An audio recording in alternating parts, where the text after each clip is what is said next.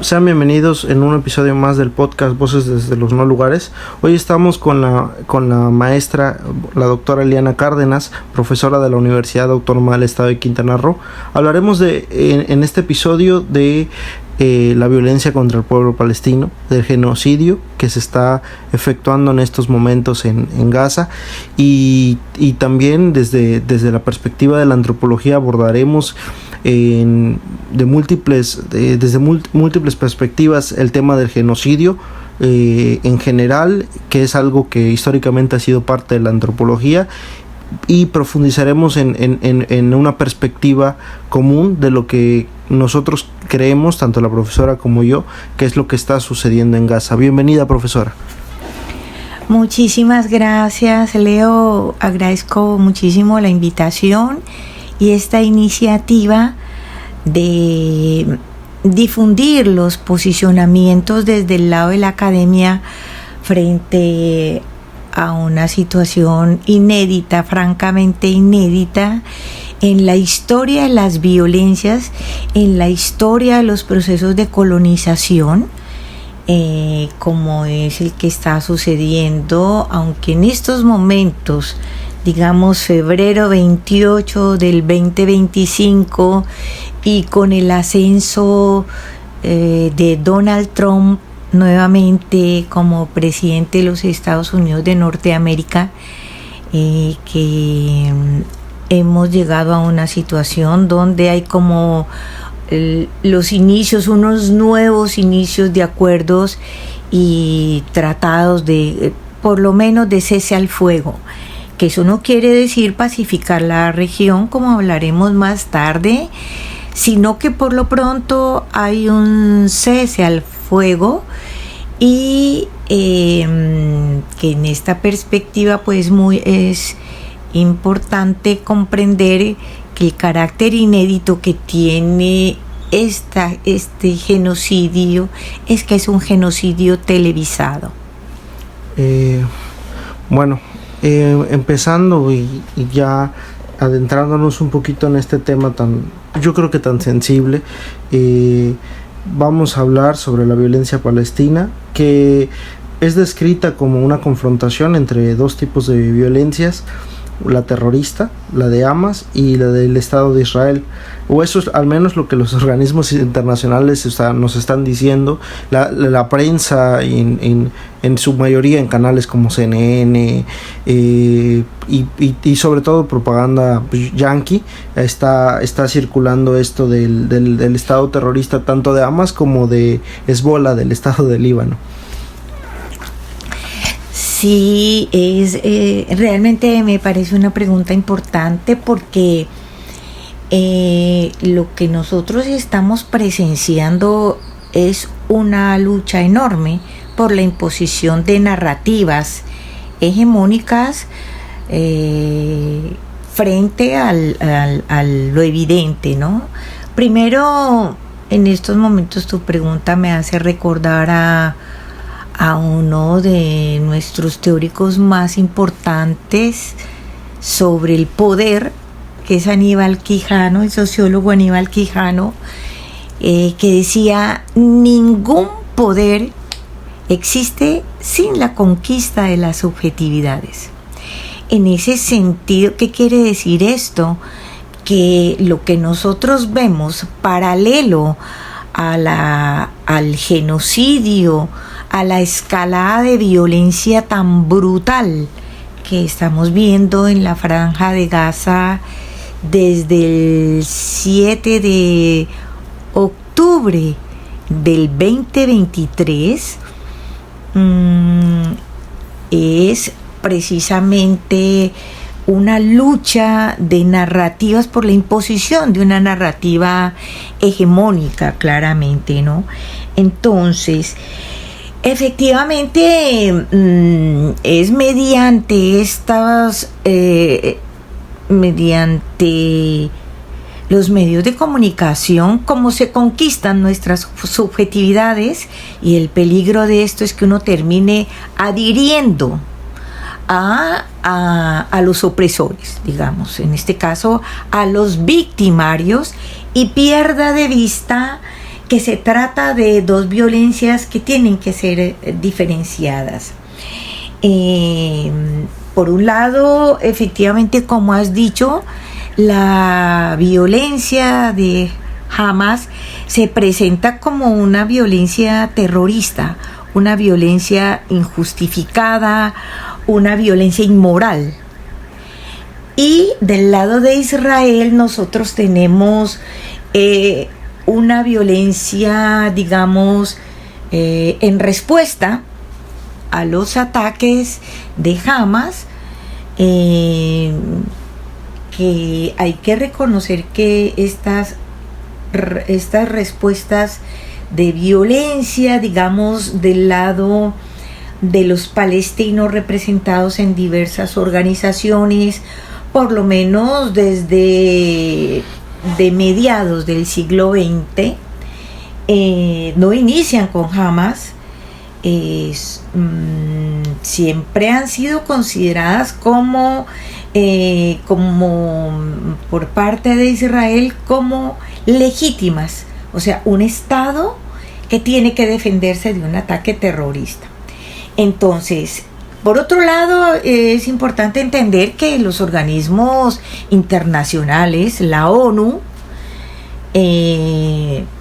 considera que ambos, tanto Israel como la violencia de Hamas, son equitativamente, son homologables en su escalada y que son las responsables en igualdad de condiciones de la escalada de violencia que hay en esa región.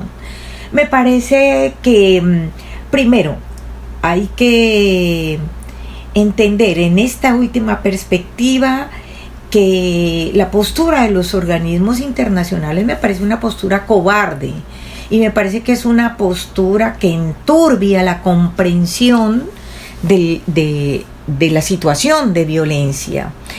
Y tengo cuidado en no decir ni conflicto ni guerra, porque realmente cada uno de esos términos, la elección de cada uno de esos términos tiene estatutos diferentes. Entonces, tenemos, insisto, que la postura de estos organismos, lejos de permitir el esclarecimiento de la violencia en esa zona, lo enturbia, lo confunde completamente, y además tiene una actitud siempre presentista en el sentido de la historia, como siempre se presentan las reacciones altamente violentas y desmesuradas del Estado de Israel, como si acabaran de empezar y como si fueran actos que apenas ocurren en ese instante, y niegan toda la trayectoria de esa violencia.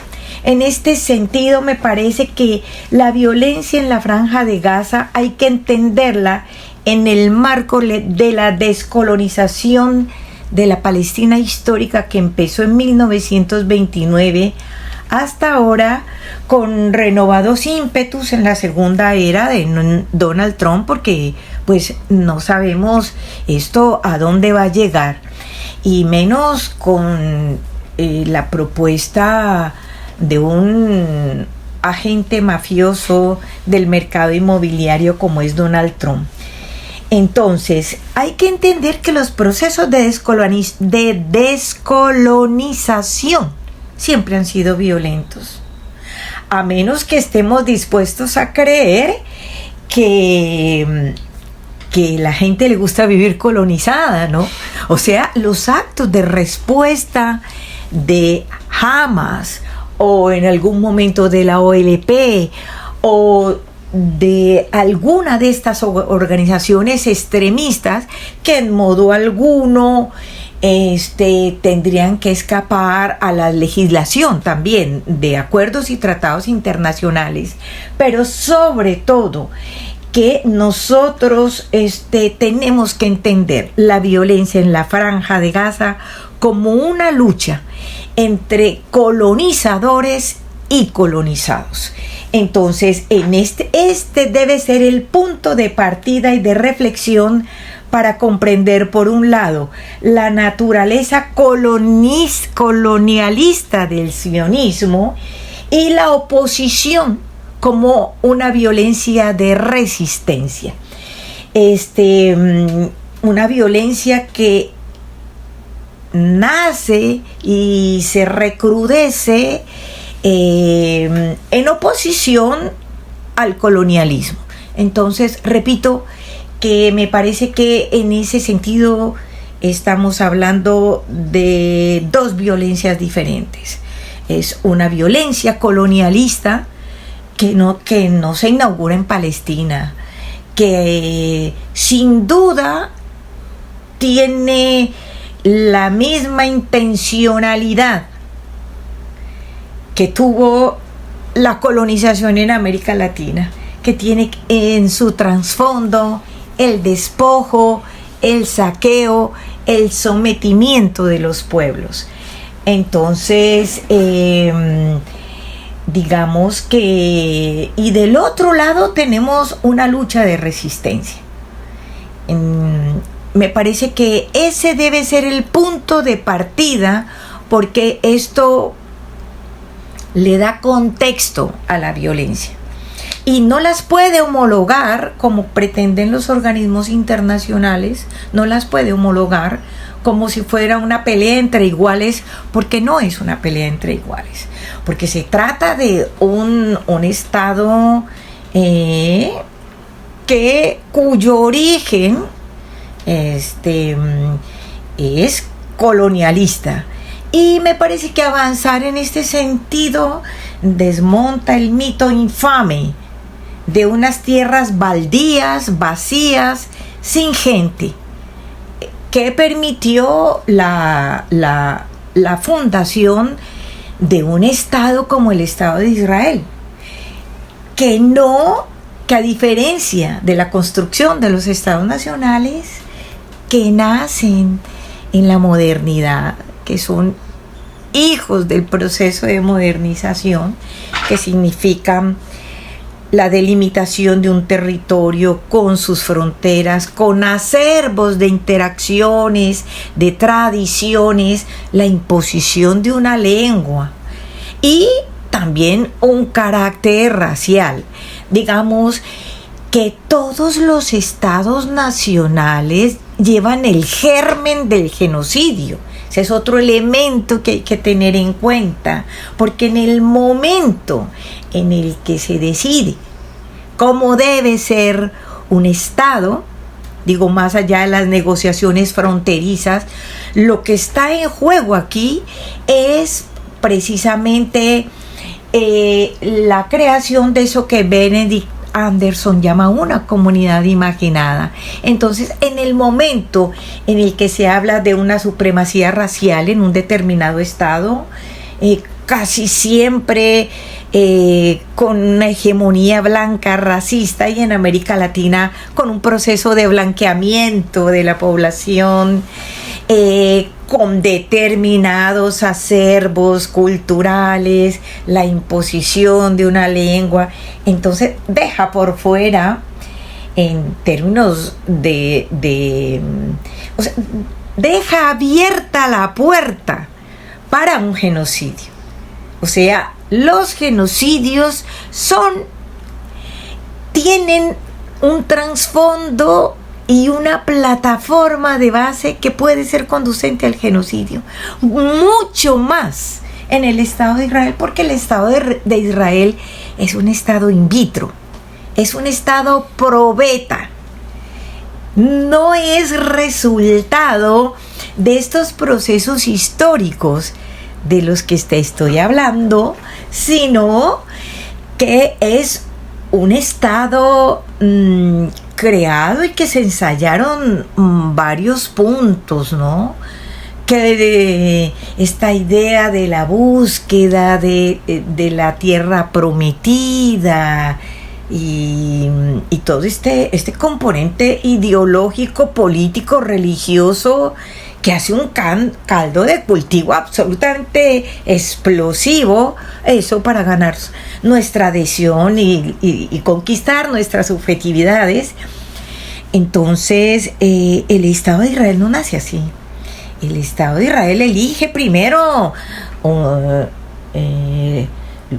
lugar como la Patagonia en Argentina, un lugar en África, en Uganda, y elige también Baja California. No nos olvidemos que Marie Bonaparte, por ejemplo, después de la Segunda Guerra Mundial, la nieta Marie Bonaparte, sí, una de las nietas o bisnietas de Napoleón, le pide al presidente Roosevelt que compre a México. Ya México había perdido la mitad del territorio por un acto de expropiación y violentación de Norteamérica, y ella le pide a Roosevelt que le compre el territorio de La Paz, de lo que es ahora no La Paz, la península de Baja California, para hacer allí el Estado de Israel. Imagínate el problemón que tendríamos ahorita con el carácter expansionista que tiene en sus raíces el Estado palestino. Entonces es un Estado, como te digo, es un Estado in vitro, es un Estado probeta, es un Estado artificial. Incluso Boaventura de Sousa Santos, en una entrevista muy interesante, decía que realmente, porque como tú sabes, el Estado es decir, antes de la llegada en procesos de asentamientos colonialistas, en procesos el proyecto colonial de asentamientos del sionismo, estuvieron primero los británicos. Entonces, que cuenta Boaventura que el presidente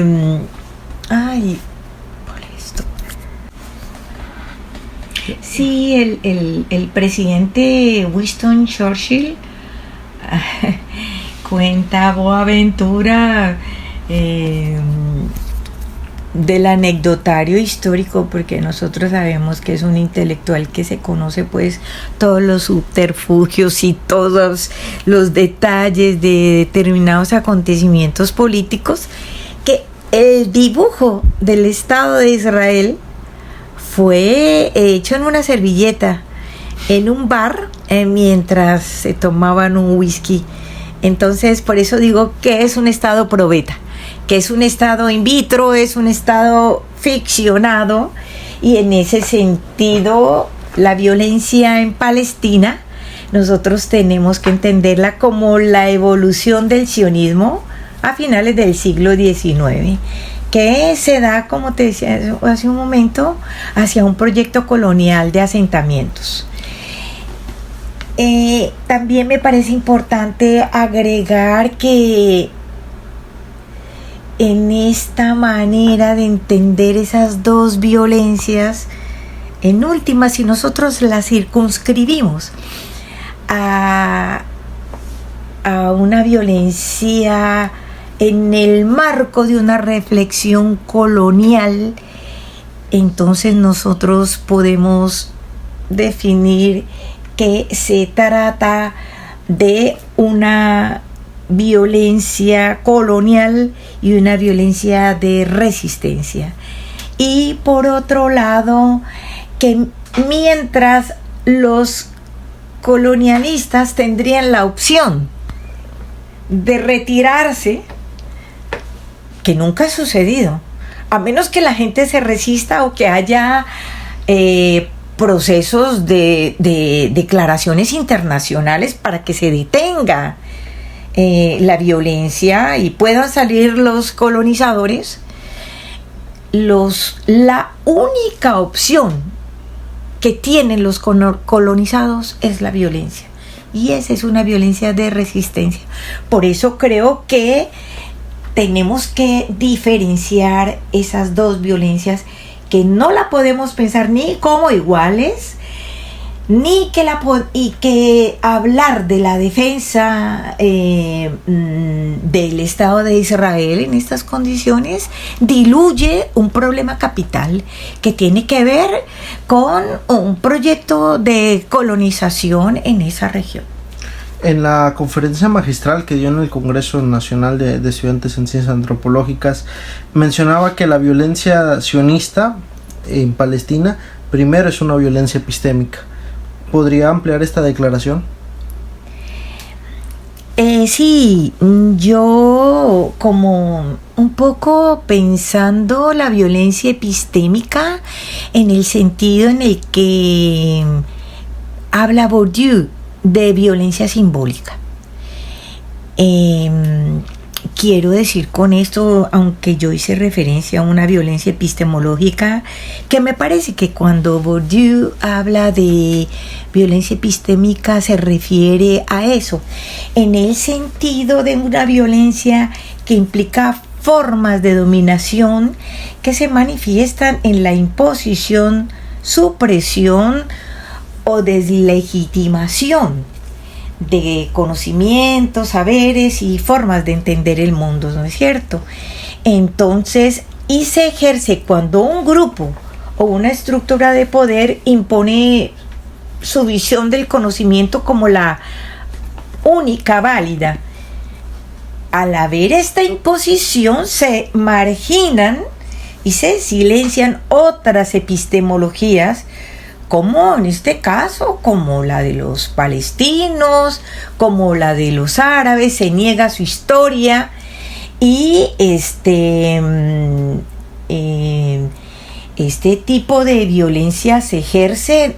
A ver, Israel tiene historiadores es profeso creados para alimentar este tipo de violencia. Es decir, la violencia simbólica o esta violencia epistémica se ejerce desde la academia, en los discursos políticos, en las políticas educativas y científicas.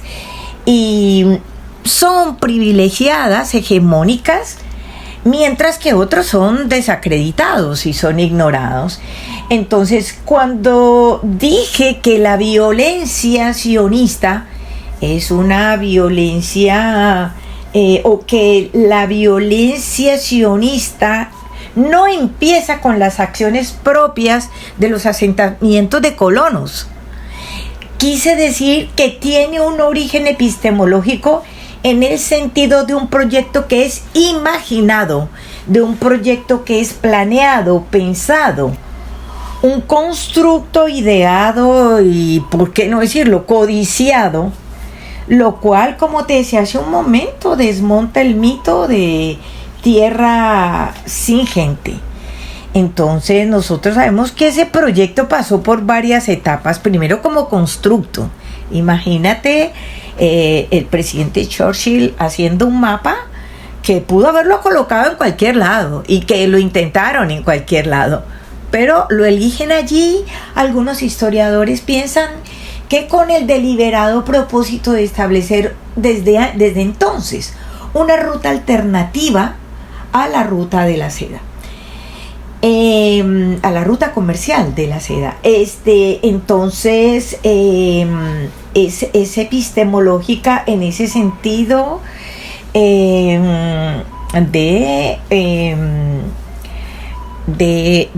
un constructo de la ideación de un proyecto que implica, que pasa por varios momentos: la compra de tierras, el asentamiento de colonos, porque tiene como finalidad la limpieza étnica de la zona para la imposición de un Estado que es un Estado muy extraño, porque habitualmente los estados son para la creación de una comunidad que va a proteger los intereses de los israelíes, que sería como nosotros tenemos un Estado nacional, o los Estados nacionales en América Latina, protegen, su intención es proteger a los habitantes de un territorio, pero en realidad lo paradójico, lo extraño del Estado de Israel es que es un Estado que se ha construido para defender a los judíos. Entonces, ¿qué pasa con los israelíes que vienen de otro lado, que son hijos de la diáspora, que son hijos de los procesos de reubicación y de reasentamiento después de la Segunda Guerra Mundial, ¿no? En estos momentos se me escapa el nombre de un historiador israelí que ha intentado, sí, recientemente, así como te decía, la violencia epistémica o la violencia simbólica, ha contado con la colaboración de intelectuales de mucho prestigio que han logrado imponer esa narrativa hegemónica de el pueblo judío que llega a un lugar vacío y que en medio de un desierto que era una miseria, donde no había gente, ellos logran levantar un Estado supremamente poderoso con la colaboración y la ayuda de todo Occidente, ¿no? Y en especial del amigo principal que es Estados Unidos. Entonces, por otro lado, hay otros historiadores muy interesantes, como creo que su nombre es Shlomo Sand, que se llama La invención del pueblo judío, y él es el que afirma sobre estas paradojas, ¿no? del pueblo judío, como en realidad no, de la invención del Estado de Israel, no para los israelíes, sino para los judíos, y que tiene una élite que está fundamentada en un sionismo que tiene dentro de sus ideologías principales la idea de ser un pueblo elegido por Dios. Maestra, ya pasando a otras cuestiones, para usted, ¿cuál es la relación entre el genocidio cometido por los nazis contra el pueblo judío y el genocidio israelí contra el pueblo palestino? ¿Y qué papel también tiene la antropología en todo este contexto? Sí, voy a tomar un poquitico de agua para hablar.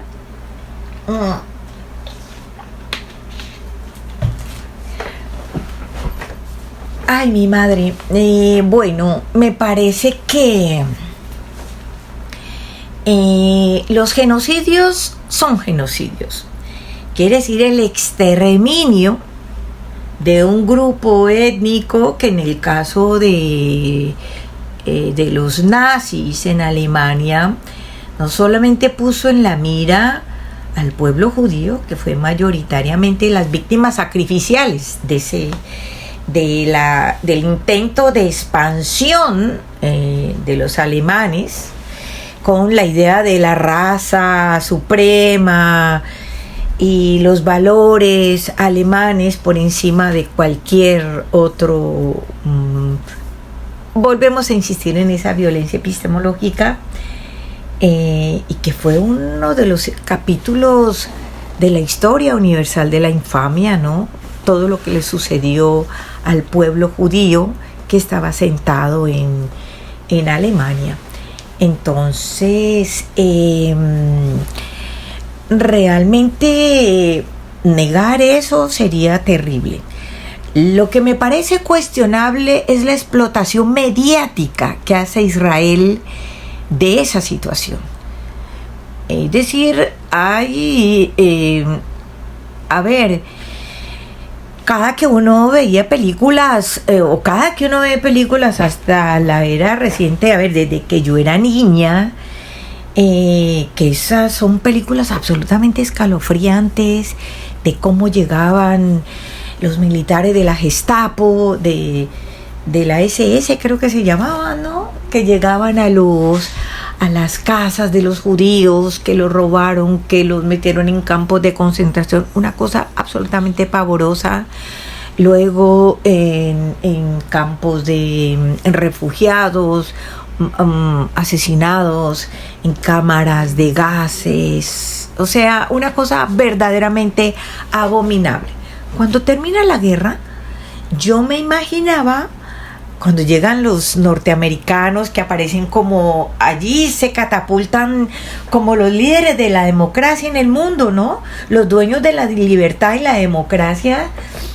Me imaginaba yo en mi ingenuidad adolescente, cuando empecé a ver esas películas y más o menos a comprenderlas, que la gente salía de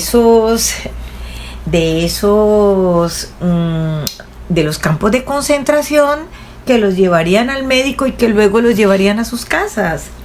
No fue así. No fue así. O sea, realmente lo que no cuentan es que después del genocidio, los judíos en realidad pasan por campos de concentración, incluso de barcos, donde estuvieron hacinados un montón de tiempo mientras se veía a dónde los iban a reubicar, porque el proyecto sionista necesitaba población en el territorio. Es decir, un territorio sin gente no es un estado. Claro. Entonces fueron reubicados. Hay una escritora judía, esa sí te la debo, que cuenta una cosa verdaderamente escalofriante.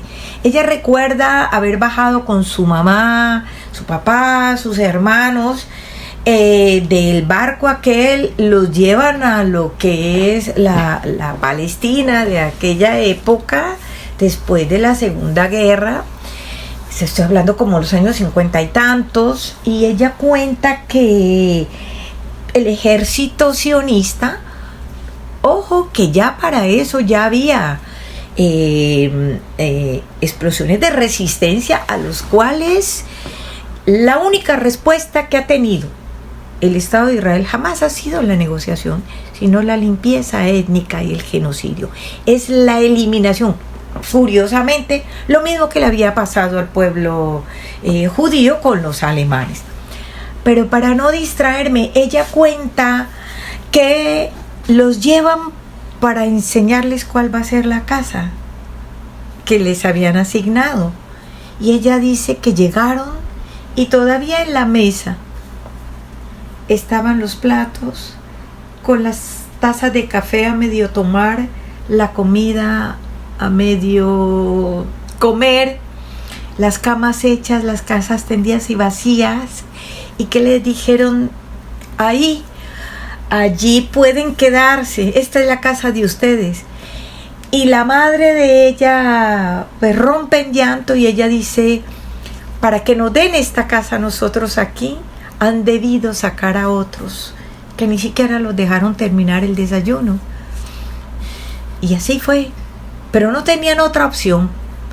Pero eso hay que distinguirlo, ¿no? El Estado judío, el Estado sionista, perdón, de los judíos. Entonces, en esta perspectiva, volviendo a tu pregunta de qué relación hay, pues como genocidio ninguna. O sea, el exterminio, que además ahora es tan terriblemente brutal, y no sé si te has dado cuenta, pero la exposición mediática de ese genocidio es absolutamente ejemplarizante. En pleno siglo XXI, en realidad es ejemplarizante y apunta directamente a los niños. O sea, lo más descarnado, lo que puede herir nuestra más profunda sensibilidad, son niños mutilados, son niños presos del terror. Es decir, es una pedagogía del terror.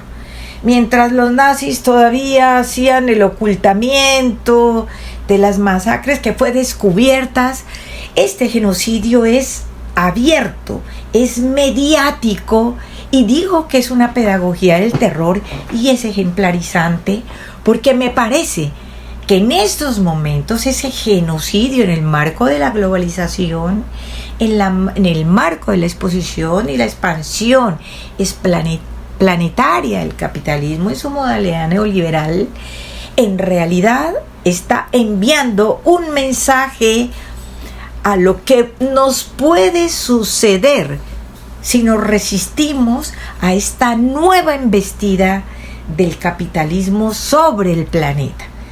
Me parece que Palestina es una suerte de laboratorio,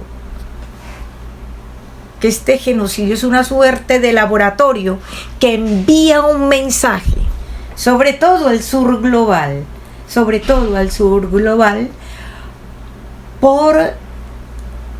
para poner un dique, para poner un freno a unos esfuerzos de liberación que hay en el sur global, porque nuestra primera independencia en el sur global fue política, ahora es económica. O sea que han sido todos los esfuerzos por crear vínculos como el Mercosur, las alianzas entre diversas regiones en América Latina, en vínculos con el Medio Oriente, sobre todo con el tema del petróleo, desdolarizar la economía internacional. Me parece que la diferencia fundamental es que esta es un capítulo. Si yo dije antes que el genocidio israelí era, digamos, una suerte de capítulo de la historia universal de la infamia, a este hay que añadirle que tiene intenciones ejemplarizantes para naturalizar la violencia y naturalizar una nueva embestida y una nueva colonización. Y yo creo que en ese sentido el uso de la exposición de los niños, que es como lo que hiere nuestras fibras más sensibles, y que además los presenten sin pudor ninguno, mutilados, asesinados, gritando, llorando, huérfanos. O sea, es, digamos, haber tocado el límite de nuestra más profunda sensibilidad, y que en este sentido entro a la pregunta que me acabas de formular. Realmente me parece que la posición de la academia y especialmente la antropología ha sido demasiado, excesivamente tibia frente a todo esto, si es que no nula. Es decir, son más los historiadores, son más los académicos del área de la sociología o del área de las relaciones internacionales, que todo lo plantean en el marco de los estados nacionales, y es decir, son otras perspectivas. Me parece que la antropología está eludiendo un reto que debería estar en el corazón de la discusión de la disciplina como tal, porque hay que recordar que si bien la antropología, los orígenes de la antropología están ligados al colonialismo y al colonialismo británico de manera particular, y que adquiere su máximo potencial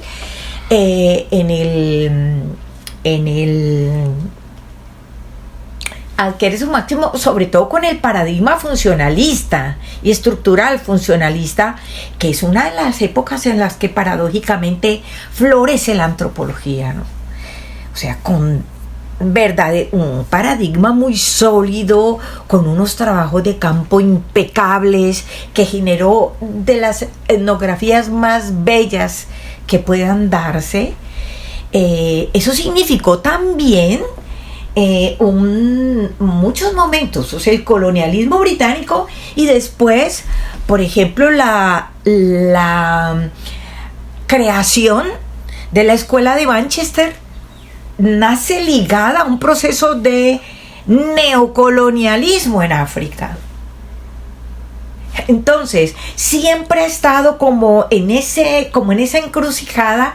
Sin embargo, después la antropología, después de eso que llaman aquí en México la quiebra política de la antropología en México, la presencia del marxismo en América Latina y en el mundo en general sirvió muchísimo para poner en cuestión el carácter neutral que defendían los antropólogos y los científicos sociales. Me parece que la antropología es una disciplina posterior a esta inclusión de nuevos marcos teóricos.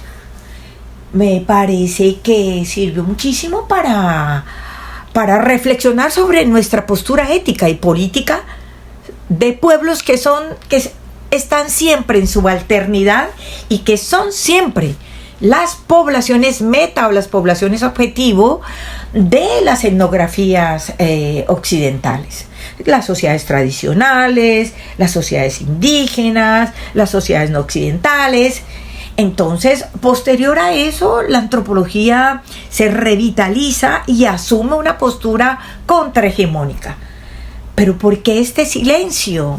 Este silencio de la antropología, este claro desmarcamiento de la antropología frente a una situación que ha sido medular y que nosotros hemos visto, por ejemplo, y no solo ahora, por ejemplo, el genocidio en Indonesia, que fue donde uno de nuestros héroes intelectuales como es Clifford Geertz, y donde hizo etnografías bellísimas como la riña de gallos en Bali, después de un genocidio brutal en Indonesia, Clifford Geertz regresa y realmente presenta el genocidio. Dice, cuando regresé parecía más bien como si hubiera sido azotada la región, como si hubiera pasado un huracán. O sea, como lo más natural del mundo en su antropología interpretativa, ¿no? Es un acto verdaderamente inmoral. Es inmoral completamente que jamás se hubiera pronunciado frente a eso. Y ese es uno de los reclamos que le hace William Roseberry, que es un antropólogo norteamericano que le reprocha a la antropología y específicamente a Clifford Geertz esa postura de neutralidad que es inexcusable. Pues es inexcusable. ¿Cómo es posible que después de yo haber comprendido toda una población viene una arremetida genocida desde el Estado y que yo ni siquiera me pronuncie políticamente, pero que aparte lo quiera hacer presentar como un evento natural? O sea, de veras, eso no tiene ninguna justificación. Entonces, eso se opone a un momento. Yo te decía que el marxismo como marco teórico es un punto de inflexión que permite y que nos obliga a cuestionarnos ética y políticamente muchísimas cosas, y un genocidio en particular. Me parece también que hay que destacar que Franz Boas muere precisamente le da un infarto justo haciendo una alocución en contra del expansionismo alemán y del genocidio, y desmonta científicamente la idea de la supremacía racial, que es una nueva página que hay en estos momentos. Quiero nada más para acercar un poco lo que está pasando en estos momentos con la nueva era Trump. Me llama muchísimo la atención cómo esta nueva embestida de la ultraderecha en Estados Unidos se parece muchísimo al avance del sionismo en el Medio Oriente. O sea, donde hay un cóctel político ideológico, mientras Donald Trump ha logrado unir adeptos con la idea del destino manifiesto. Es una idea religiosa. Dios ha nombrado a Estados Unidos como el baluarte, como el paladín de la justicia, de la democracia. Es decir, todo lo que pueden hacer está completamente legitimado porque es una orden de Dios. Y mira cómo se parece al sionismo de Netanyahu, que dice: nosotros estamos en condiciones de hacer lo que hacemos porque somos el pueblo elegido por Dios. Recuerda a la primera ministra Golda Meir, que dijo: después del holocausto judío, los israelíes, como pueblo de Dios, podemos hacer lo que queramos. Entonces, ojo, que en estos momentos esa es una cosa que debe ser problematizada en la antropología. Es decir, cómo se semeja esta expansión brutal. Es decir, cómo se unen en una complicidad perversa Estados Unidos e Israel frente al genocidio desde posturas religiosas. Estamos volviendo en Estados Unidos a la época del Ku Klux Klan. Sí. Me parece que son muchas cosas, pero que todas están totalmente ligadas. Que al final de cuentas este Estado de Israel, el Estado de Estados Unidos, que trabajan de la mano, que son superpotencias comerciales, que al final de cuentas este expansionismo ideológico que es masivo en redes sociales, que es masivo en las academias, que cualquier cosa que nosotros consumamos o todo viene de ellos, al final nos hace olvidarnos de esta parte de lo religioso y del mensaje que es fundamental y es medular para este discurso legitimizante de la violencia, ¿no? El ser elegido de Dios, el permitir el que Dios es un enviado y las razones y todas las cosas que te motivan son completamente válidas porque Dios lo dice. Y cuando cuando Dios siempre juega a tu conveniencia en tus textos, en tu o sea, Dios eres tú realmente. Dios no existe porque tú eres Dios y tú decides qué dice Dios y a quién elige Dios.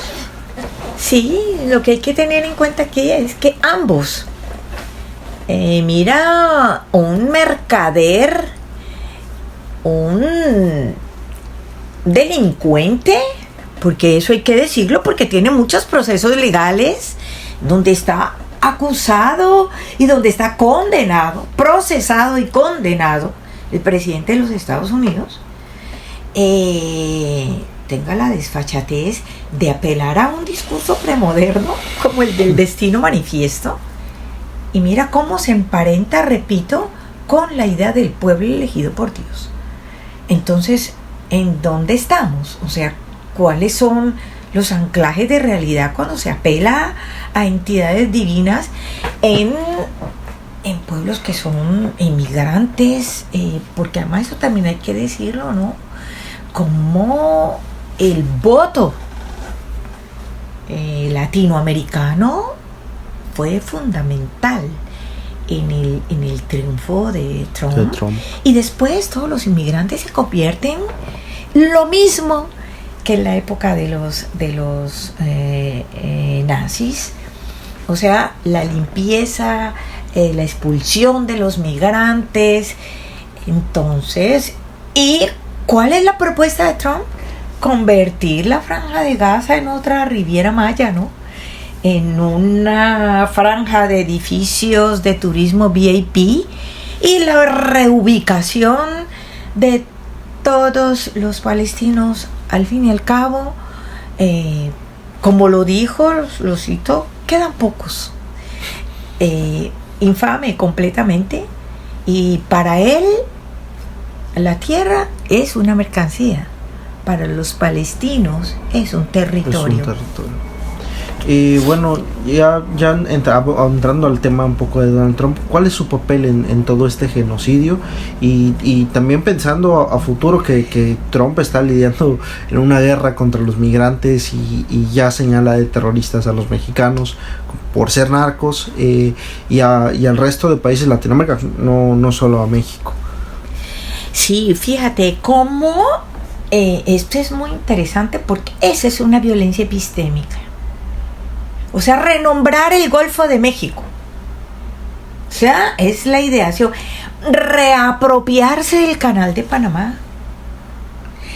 Decir que quiere que Canadá sea el 51 estado de los Estados Unidos, que quiere comprar Groenlandia.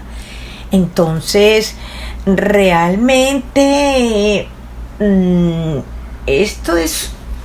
Si se permite realmente pasar, lo que no se nombra no existe, pero el valor de las cosas o la designación de las cosas depende mucho de cómo se nombren. Entonces, si el Golfo de México pasa al Golfo de América, a ver, allá hay una expropiación epistémica primero antes de que se vuelva de facto. ¿No es cierto? En fin, eso por citar un par de cosas, ¿no? Y el hecho que eso lo viene haciendo Estados Unidos desde hace mucho rato, y en una de las épocas más infames de los procesos de deportación masiva de los migrantes en Estados Unidos, empieza con Barack Obama. El premio Nobel de la Paz, pero fue Barack Obama el que inició estas acciones criminalizadoras de la migración y la idea de los migrantes ilegales. Realmente uno ante eso también, eso es violencia epistémica, o sea, porque criminaliza la migración. Y nos olvidamos también en estos momentos es importante recordar que si la gente elige Estados Unidos, en realidad es precisamente por la intervención y el papel pues que han tenido la implementación de un modelo neoliberal que además tiene la desregularización como punta de lanza y la expropiación como punta de lanza. El quiebre y la fractura de todos los estados nacionales. Los migrantes en realidad son como el reflujo que les llega a ellos, y lo mismo Europa, el reflujo o como en un boomerang se regresan los migrantes. O sea, lo que tiene los migrantes son el efecto y la movilización masiva de población sin precedentes en la historia reciente tiene que ver con el hecho de haber roto, de haber llevado a la bancarrota, de haber llevado al colapso las economías regionales en América Latina y en África. La gente queda en el más absoluto desamparo porque esos estados quedan sin ninguna capacidad de maniobra para nada, porque no son dueños de nada. Y unas ultraderechas y unos gobiernos de ultraderecha como Bolsonaro en Brasil, o este presidente de El Salvador, Nayib Bukele, un horror, que ofrece, imagínate, cárceles de altísima seguridad, porque esa es su manera de deshacerse de los pobres, ¿no? O sea, porque hay que recordar que el encarcelamiento es uno de los dispositivos de control. El desempleo, el encarcelamiento y la medicamentalización son las tres formas de control social sobre las poblaciones, y a la que apela Nayib Bukele es a encerrar a todo el mundo, y le ofrece a Donald Trump, o sea, efectivamente recibir a todos los deportados, no en campos de refugiados, como lo va a hacer, o campos de contención, digamos, como lo hace Costa Rica, que también se presta a esta cosa infame de retenerlos, porque todos estos territorios y todos estos estados están aterrorizados con el tema de los aranceles, con el tema de estas imposiciones económicas tan terribles. Yo realmente pienso, que la criminalización de la migración es un acto de violencia epistémica primero, antes que todas estas cosas. ¿Qué va a pasar con el retorno de todas estas poblaciones y de todos estos estados que vivían de las remesas que enviaban los migrantes? Son estados que se han mantenido del trabajo que hacen los migrantes, porque además, está haciendo una limpieza selectiva, porque tampoco Estados Unidos puede prescindir de una mano de obra que es la que sostiene la economía en muchos sentidos, ¿no? O sea, esa también, la implementación de la migración forzada, de la expulsión, de la pérdida de posibilidades para ganarse la vida, fue un recurso que implementó el sionismo en Palestina. Entonces, ¿a qué es a lo que estamos asistiendo? Es el ascenso del fascismo nuevamente, ¿cierto? Eso sí, es lo que tenemos. Es el ascenso del 100 años después. Yo también, cuando me han preguntado por qué opino de Trump, yo solo puedo decir es un fascista. Es igual o peor que el del bigotito, que el italiano. Yo creo que al menos me ha gustado la postura de algunos líderes latinoamericanos, como la de Gustavo Petro y la de la presidenta de México, la de Xiomara Castro también de Honduras, que a pesar o sea, que es la que yo he visto como que no se toma en cuenta, pero ella es la que dice no, y también si nos ponen aranceles yo también pongo y saco sus bases militares de mi país y bueno, es con lo que puede, ¿no? Pero es una postura bastante yo creo que digna de cualquier líder, el defender a tu pueblo, que al final sí te pone en una situación comprometedora, muy difícil para la negociación, y más con gente corporativista cerrada, que son empresarios, que tiene, o sea, porque Trump tiene en su gabinete al hombre más rico del mundo y a sus empresas de él y a sus amigos. O sea, no es que sea un grupo político, es un grupo de empresarios mafiosos, que se regalan el dinero entre ellos, porque al final todas estas empresas circulan el dinero entre ellos mismos. Sí, realmente, como decía Lula da Silva en estos días, decía, yo creo que la confusión que tiene Donald Trump, que no creo que sea una confusión propiamente, pero en realidad se le olvida que él ha sido elegido como presidente de los Estados Unidos, pero el hecho de que él se promueva y se enarbole en un acto delirante como presidente del planeta, compro esto, compro aquello, es en realidad, porque él no es el presidente más que de los capitales financieros, solamente alguien con un respaldo económico del puñado de fascistas ricos como Elon Musk. Es que alguien puede atreverse, se necesita un respaldo económico brutal para poder hacer ese tipo de declaraciones tan desmesuradas y tan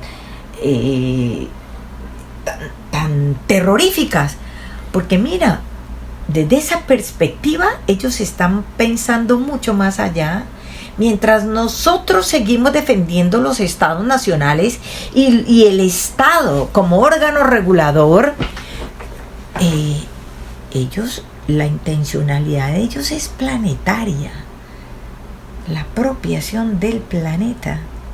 Entonces, pareciera que seguir defendiendo un Estado nacional solamente lo hacemos desde la subalternidad como un acto de resistencia, porque eso importa poquito. Desde el mismo momento en el que creen, yo compro esto, yo compro aquello, y no lo hago solamente, o sea, el genocidio siempre. Y por eso digo que Palestina es un espejo en el que nos tenemos que mirar todos.